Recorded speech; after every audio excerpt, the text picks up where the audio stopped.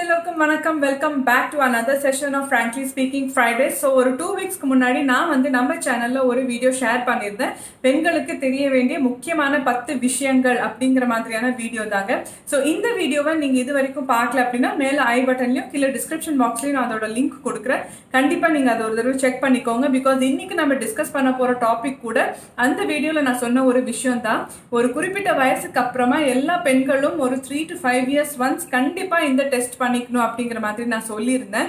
So அந்த பேப் smear test பற்றி தான் இன்னும் ஃபர்தராக டீட்டெயில்டாக நம்ம இன்னைக்கு வீடியோவில் தொடர்ந்து பார்க்க போகிறோம். ஸோ அந்த டெஸ்ட் பற்றி வாங்க பார்க்கலாம். ஸோ இந்த பேப்ஸ்மியர் டெஸ்ட்னா என்ன அப்படிங்கிறத ஃபர்ஸ்ட் பார்க்கலாம். பேப்ஸ்மியர் டெஸ்ட்டுங்கிறது வந்து ரொட்டீனாக செய்கிற ஒரு பிளட் டெஸ்ட் மாதிரியான ஒரு விஷயம் தான். பட் இது ரத்தத்திலிருந்து செய்யக்கூடிய டெஸ்ட் கிடையாது. ஒரு பர்டிகுலர் ஏரியாவிலிருந்து எடுக்கிற செல்ஸை வச்சு நம்ம செய்யக்கூடிய ஒரு டெஸ்ட். அது எந்த ஏரியா அப்படின்னு கேட்டிங்கன்னா கர்ப்பப்பையோட வாய், அதாவது சர்விக்ஸ்ன்னு சொல்லுவாங்க. ஸோ அந்த இடத்துல இருந்து எடுக்கிற செல்ஸை லேபுக்கு அனுப்பிச்சு செய்கிற டெஸ்ட் தான் வந்து பேப்ஸ்மியர் டெஸ்ட். இது எதுக்கு செய்கிறோம் அப்படிங்கிறது நெக்ஸ்ட் கேள்வி. அந்த கர்ப்பப்பையோட வாயில ஏதாவது புற்றுநோய் வர்றதுக்கான வாய்ப்புகள் இருக்கா, அங்க இருக்கிற ஏரியாவில் இருக்கிற செல்ஸ் ஏதாவது சேஞ்ச் ஆயிட்டு இருக்கா, இல்ல அப்நார்மல் செல்ஸ் ஏதாவது ஃபார்ம் ஆயிட்டு இருக்கா. ஸோ இந்த மாதிரி விஷயங்கள் எல்லாம் வந்து ரொம்ப ஏர்லி ஸ்டேஜ்லயே கண்டுபிடிக்கிறதுக்காக தான் இந்த பேப்ஸ்மியர் டெஸ்ட்டை செய்யறோம். இது எதுக்கு நம்ம செய்யணும், நமக்கு தான் எந்த பிரச்சனையும் இல்லையே, சும்மா 3 years ஒன்ஸ் எதுக்கு இந்த டெஸ்ட் நம்ம செய்யணும் அப்படிங்கிறது அடுத்த கேள்வி. ஸோ இது எதுக்கு செய்கிறோம் அப்படின்னு பார்த்தீங்கன்னா, இந்தியாவில் வந்து சர்வைக்கல் கேன்சருங்கிற விஷயம் வந்து கொஞ்சம் ஜாஸ்தியாக இருக்குது. இது வந்து பேசிக்கலி பெண்களுக்கு இடையே அவேர்னஸ் இல்லாததுக்கு கூட ஒரு காரணமாக இருக்கலாம். ஸோ அதனால தான் இந்த சர்வைக்கல் கேன்சர் ஸ்க்ரீனிங் அப்படிங்கிற இந்த பேப்ஸ்மியர் டெஸ்ட்டை எவ்ரி 3 years ஒன்ஸ் நம்ம பண்ணுறதுனால ஏர்லி ஸ்டேஜ்லேயே இந்த மாதிரி ஏதாவது மாற்றங்கள் இருந்தால் நம்மளால் அது கண்டுபிடிக்க முடியும். அப்படி இருந்தால் ஏதாவது ட்ரீட்மெண்ட் நம்ம ஈஸியாக செய்ய முடியும். ஏன்னு கேட்டிங்கன்னா, சர்வைக்கல் கேன்சர் வந்து ஃபைனல் ஸ்டேஜ் வர வரைக்கும் எந்த ப்ராப்ளமும் உங்களுக்கு தராது. உங்களுக்கு வந்து ஜாஸ்தியாக ப்ளீடிங் இருக்குது, இல்லை ஜாஸ்தியாக வலி இருக்குது, அதெல்லாம் எதுவுமே உங்களுக்கு தெரியவே வராது. இனிஷியல் ஸ்டேஜஸில் உங்களுக்கு நார்மலாக எப்படி பீரியட்ஸ் ஆகிட்டு இருக்கோ அதே மாதிரி தான் இருக்கும். அது ஃபைனல் ஸ்டேஜில் தான் வந்து நமக்கு தெரியவே வரும். அப்போ வந்து அதை க்யூர் பண்ணுறது ரொம்ப சிரமமாயிடுது. ஸோ அதனால தான் இந்த மாதிரி நம்ம டெஸ்ட் பண்ணிட்டோம் அப்படின்னா every 3 years to 5 years once அந்த இடத்துல ஏதாவது சேஞ்சஸ் இருக்கா இல்லையா அப்படிங்கிறத நம்ம நோட் பண்ணிட்டே வந்தோம்னா, என்னைக்காவது ஏதாவது சேஞ்சஸ் இருந்ததுன்னா அப்போ வந்து அதை ட்ரீட் பண்றதுக்கு நமக்கு சௌரியமா இருக்கும். ஸோ இது எப்போல இருந்து பண்ணணும் அப்படிங்கிறது நெக்ஸ்ட் கேள்வி. ஸோ இது யூஎஸ், யூகே அந்த மாதிரி கண்ட்ரீஸ்ல எல்லாம் பார்த்தீங்கன்னா 21 வயசுல இருந்து எல்லா பெண்களும் இனிஷியலி ஒரு 10 years வந்து எவ்ரி 2 to 3 years பண்ணிக்கிறாங்க. அதுக்கப்புறமா எவ்ரி 3 years ஒன்ஸ், இன்னும் கொஞ்சம் வயசாக எவ்ரி 5 years ஒன்ஸ் அப்படி பண்ணி 65 years வரைக்கும் இதை பண்ண வேண்டி இருக்கு. பட் இந்தியாவில் நான் என்ன சொல்றேன் அப்படின்னு பார்த்தீங்கன்னா, அட்லீஸ்ட் செக்ஷுவல் இன்டர்கோர்ஸ் மிச்சத்திலிருந்து எவ்ரி 3 years ஒன்ஸ் இந்த பேப்ஸ்மியர் டெஸ்ட் பண்ணிக்கிறது கரெக்டாக இருக்கும். இது நான் மட்டும் என்னோட ஒப்பீனியன் கிடையாதுங்க. நான் நிறைய கைனகாலஜிஸ்ட் கிட்ட டிஸ்கஸ் பண்ணிட்டு அவங்க சொன்ன விஷயம் இதுதான். இது ஏன் வந்து செக்ஷுவல் இன்டர்கோர்ஸ் கூட லிங்க் பண்ற அப்படின்னு நீங்க யோசிப்பீங்க. மெயின்லி இந்த சர்வைக்கல் கேன்சர் வர்றதுக்கு காரணமாக இருக்கிற ஒரு விஷயம் என்ன அப்படின்னு பார்த்தீங்கன்னா, ஹெச்பிவி, ஹியூமன் பேப்பிலோமா வைரஸ்ங்கிறது தான் ஒரு விஷயம்.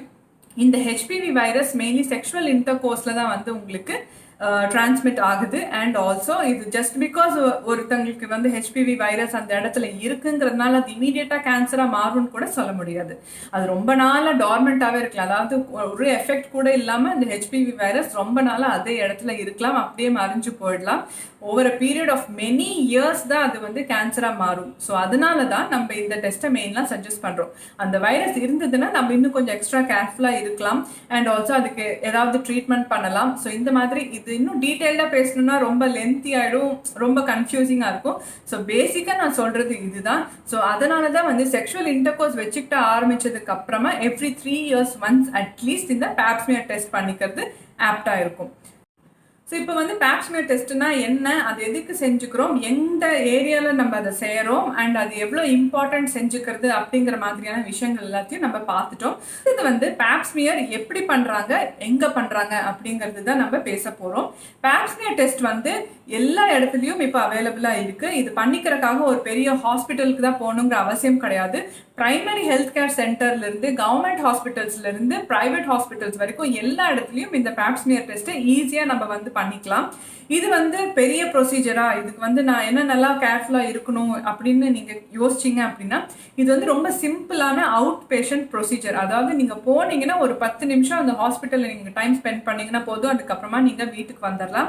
இந்த ப்ரொசீஜர் பண்ணுறதுக்கு உங்களுக்கு மயக்க ஊசியோ மயக்க மருந்தோ எதுவுமே தேவைப்படாது. ஏன்னா உங்களுக்கு சுத்தமாக வலியே இருக்காது இந்த ப்ரொசீஜர் பண்ணிக்கிறப்போ. அண்ட் இந்த ப்ரொசீஜர் பண்ணதுக்கு அப்புறமும் கூட உங்களுக்கு வலி இருக்காது. பட் ஒன்லி விஷயம் என்ன அப்படின்னு பார்த்தீங்கன்னா, இந்த ப்ரொசீஜர் பண்ணுறப்போ உங்களுக்கு லைட்டாக டிஸ்கம்ஃபர்ட் இருக்கலாம். ஏன்னா அந்த ஏரியாவை ஹேண்டில் பண்ணுறதுனால உங்களுக்கு கொஞ்சம் அன்கம்ஃபர்டபுளாக இருக்கலாமே ஒழிய உங்களுக்கு வலியோ இல்லை எந்த பிரச்சனையும் அதுக்கப்புறமா உங்களுக்கு இருக்காது. அண்ட் இது எப்படி செய்கிறாங்க அப்படின்னு பார்த்தீங்கன்னா, சப்போஸ் நீங்கள் ஒரு ஹாஸ்பிட்டல் போகிறீங்க அப்படின்னா உங்களை அட்மிட் எல்லாம் செய்ய மாட்டாங்க. ஜஸ்ட் அந்த லேபர் ரூம் நீங்கள் நிறைய பேர் எக்ஸ்பீரியன்ஸ் பண்ணியிருப்பீங்க, இல்லை எக்ஸ்பீரியன்ஸ் பண்ணாதவங்களுக்கும் நான் சொல்கிறேன். ஒரு பெட்டு மாதிரி இருக்கும், பெட்டில் படுத்துட்டு கால் மட்டும் 2 விரிச்சு இப்படி மேலே வைக்கிற மாதிரி, அதுக்கு பேர் ஸ்டிரப்ஸ்ன்னு சொல்லுவாங்க, அது இருக்கும். ஸோ அந்த மாதிரி நீங்களும் ஃப்ளாட்டாக படுத்துட்டு 2 காலை மட்டும் இப்படி மேலே வச்சுட்டீங்க அப்படின்னா அந்த டாக்டர் வந்துட்டு உங்கள் வெஜைனாக்குள்ளே ஒரு சின்ன இன்ஸ்ட்ருமெண்ட் விட்டு சர்விக்ஸ் ஏரியாவில் இருக்கிற செல்ஸை மட்டும் ஜஸ்ட் லைட்டாக, அதாவது என்ன சொல்கிறது, தொண்டையில் வந்து நம்ம காட்டன் பட் வச்சு இப்படி ஸ்வாப் பண்ணி, நிறைய பேர் எக்ஸ்பீரியன்ஸ் பண்ணியிருப்பீங்க, தொண்டை வலி இருக்குது அதை டெஸ்ட்டுக்கு அனுப்பணும்னா அந்த மாதிரி ஸ்வாப் பண்ணுவாங்க. அதே மாதிரி ஒரு சின்ன லேயர் ஆஃப் செல்ஸ் மட்டும் அவங்க எடுத்துட்டு அதை டெஸ்ட்டுக்கு அனுப்பிச்சிருவாங்க. அது எடுக்கிறதும் உங்களுக்கு தெரியாது, வலி இருக்காது, ப்ளீடிங் வந்து ரொம்ப மைல்டாக வேணால் இருக்கலாம், பட் உங்களுக்கு எந்த ப்ராப்ளமும் இருக்காது. ஏற்கனவே சொன்ன மாதிரி இது ஜஸ்ட் 10 மினிட்ஸ் தான், ரொம்ப பெரிய ப்ரொசீஜர் கிடையாது. ஸோ தாராளமாக தைரியமாக நீங்கள் அதை வந்து பண்ணிக்கலாம். ஸோ இது பண்ணி முடிச்சதுக்கு அப்புறமா சில பேர்த்துக்கு வந்து லைட்டாக 1 நாளோ 2 நாளோ மைல்டு ப்ளீடிங், அதாவது பீரியட்ஸ் மாதிரி நார்மலாக மைல்டு ப்ளீடிங் இருக்கலாம், பட் அது சில பேர்த்துக்கு தான் இருக்கும். ஸோ நீங்கள் பயப்பட வேண்டிய அவசியமே கிடையாது. ஸோ இந்த ப்ரொசீஜரை பண்ணுறதுக்கு முன்னாடி நான் என்னென்னலாம் வந்து ஸ்டெப்ஸு பார்த்துக்கணும், ஏதாவது அக்கார்டிங்லி நான் பிளான் பண்ணி பண்ணணுமா அப்படின்னு நீங்கள் யோசிச்சிங்க அப்படின்னா எக்ஸாக்ட்லி கரெக்டாக தான் நீங்கள் கேட்குறீங்க. ஸோ ப்ரொசீஜர் பண்ணுறதுக்கு ஒரு 2 days முன்னாடி வரைக்கும் நீங்கள் செக்ஷுவல் இன்டர்கோர்ஸ் வச்சுக்க கூடாது. ஏன்னா அது வந்து அந்த இடத்துல இருக்கிற செல்ஸோட இதை வந்து ஃபார்மை வந்து சேஞ்ச் பண்ணுறதுக்கான வாய்ப்பு இருக்குது. அண்ட் நீங்கள் ஏதாவது வெஜைனல் க்ரீம்ஸ் இல்லைனா செக்ஷுவல் இன்டர்கோர்ஸ் வச்சுக்கும் போது ஏதாவது லூப்ரிகண்ட் ஜெல்ஸ் இல்லை பீரியட்ஸ் டைமில் நீங்கள் வந்து டேம்பான்ஸ் யூஸ் பண்ணுற ஆளாக இருந்தீங்கன்னா இது எல்லாமே வந்து நீங்கள் அவாய்ட் பண்ணிடணும். அதாவது வெஜைனல் ஏரியாவில் ஏதாவது நீங்கள் அப்ளை பண்ணுற ஆளாக இருந்தீங்கன்னா கம்ப்ளீட்டாக அந்த ஏரியாவை டிஸ்டர்ப் பண்ணாமல் ஒரு 2 days பிஃபோர் த டெஸ்ட் மட்டும் நீங்கள் அவாய்ட் பண்ணிக்கணும். அண்ட் தேர்ட் என்ன அப்படின்னு பார்த்தீங்கன்னா, சப்போஸ் இது பீரியட்ஸ் டைமில் பண்ணலாமா அப்படின்னு கேட்டிங்க அப்படின்னா, உங்கள் ப்ளீடிங் வந்து கொஞ்சம் கம்மியாக இருக்குது, லைட்டாக இருக்குது அப்படின்னா டாக்டர்ஸ் பண்ணிடுவாங்க. பட் இல்லை உங்களுக்கு நார்மல் ப்ளீடிங் இல்லை ஹெவி ப்ளீடிங் இருக்கிற மாதிரியான டைமாக இருந்தால் மோஸ்ட்லி வந்து பீரியட்ஸ் டைம் வந்து அவாய்ட் பண்ணிடுவாங்க. மித்த எந்த நாள் வேணாலும் நீங்கள் இந்த பேப்ஸ்மியர் டெஸ்ட்டை தாராளமாக பண்ணிக்கலாம். அண்ட் லாஸ்ட் என்ன அப்படின்னு பார்த்தீங்கன்னா, பேப்ஸ்மியர் டெஸ்ட் பண்ணிக்கிறதுக்கு முன்னாடி உங்களோட பிளாடர், அதாவது யூரினரி பிளாடர் வந்து எம்டியாக இருந்தால் உங்களுக்கு அது ரொம்ப கம்ஃபர்டபுளாக இருக்கும். ஸோ ஏன்னா அந்த இடத்துல ப்ரைவேட் ஏரியாவில் வந்து அவங்க ஒர்க் பண்ணும்போது உங்களுக்கு பிளாடர் ஃபுல்லாக இருந்ததுன்னா அது உங்களுக்கு இரிட்டேட்டிங்காக இருக்கும். ஸோ பேப்ஸ்மியர் டெஸ்ட் பண்ணிக்கிறதுக்கு முன்னாடி ஒரு தடவை நீங்கள் நல்ல யூரினரி பிளாடரை ஃப்ளஷ் அவுட் பண்ணிட்டீங்க அப்படின்னா உங்களுக்கு அது ரொம்பவே கம்ஃபர்டபுளாக இருக்கும். ஸோ இப்போ ஆல்மோஸ்ட் பேப்ஸ்மியர் பற்றின எல்லா டவுட்ஸும் நான் உங்களோட டவுட்ஸும் கிளாரிஃபை பண்ணியிருப்பேன்னு தான் நினைக்கிறேன். ஸோ அது ரொம்ப சாதாரணமான டெஸ்ட், பட் ரொம்ப இம்பார்ட்டண்ட்டான டெஸ்ட். எல்லா விமனும் கண்டிப்பாக பண்ணிக்கக்கூடிய ஒரு இம்பார்ட்டண்ட்டான டெஸ்ட். அண்ட் இந்த டெஸ்ட் பண்ணி முடிச்சதுக்கு அப்புறமா உங்களுக்கு ரிசல்ட்ஸ் வந்து நெகட்டிவாக வந்துருச்சுன்னா வெல் அண்ட் குட், எந்த பிரச்சனையும் இல்லை. அடுத்து 3 to 5 years ஒன்ஸ் நீங்கள் உங்கள் டாக்டர் சஜஸ்ட் பண்ணுற மாதிரி நீங்கள் மறுபடியும் டெஸ்ட் பண்ணிக்கலாம். பட் சப்போஸ் இந்த டெஸ்ட் வந்து பாசிட்டிவாக ரிசல்ட் வருதுன்னு வைங்க, உடனே எனக்கு வந்து கேன்சர் இருக்குங்கிறது அர்த்தம் கிடையாது. கேன்சர் வந்து cervical ரீஜனில் வர்றதுக்கு வந்து ரொம்ப நாள் ஆகும். பட் அதுக்கு முன்னாடி உங்களுக்கு ஏதாவது இன்ஃபெக்ஷன் இருந்தாலோ இல்லை அந்த வைரஸ் அந்த இடத்துல இருந்தாலோ இல்லை மைல்டாக ஏதாவது சேஞ்சஸ் அந்த இடத்துல உங்கள் செல்ஸில் இருந்தாலும் கூட டெஸ்ட் வந்து பாசிட்டிவாக வரும். ஸோ அந்த மாதிரி டிபெண்டிங் அப்பான் த சிவியாரிட்டி உங்கள் டாக்டர்ஸ் வந்து ஒன்றா ட்ரீட்மெண்ட் சஜஸ்ட் பண்ணுவாங்க ரொம்ப எக்ஸ்ட்ரீம் கேசஸாக இருந்தால், இல்லைனா இன்னும் கொஞ்ச நாள் வெயிட் பண்ணி பார்ப்போம் அப்படின்னு தான் சொல்லுவாங்க. ஸோ நெக்ஸ்ட் 2 yearsலேயே ப்ராபப்ளி உங்களுக்கு இன்னொரு பேப்ஸ்மியர் சஜஸ்ட் பண்ணலாம், இல்லை 1 year to 3 years எப்போ வேணாலும் உங்களுக்கு இன்னொரு பேப்ஸ்மியர் சஜஸ்ட் பண்ணலாம். ஏன்னு கேட்டிங்கன்னா cervical கேன்சர் வந்து அதோட ஸ்ப்ரெட்டிங் நேச்சர் வந்து ரொம்ப ஸ்லோ. இப்போ இன்னைக்கு ஏதாவது சேஞ்ச் இருக்குது அப்படின்னா அது கேன்சராக மாறுறதுக்கு அட்லீஸ்ட் உங்களுக்கு ஒரு 15 to 20 years ஆகும்.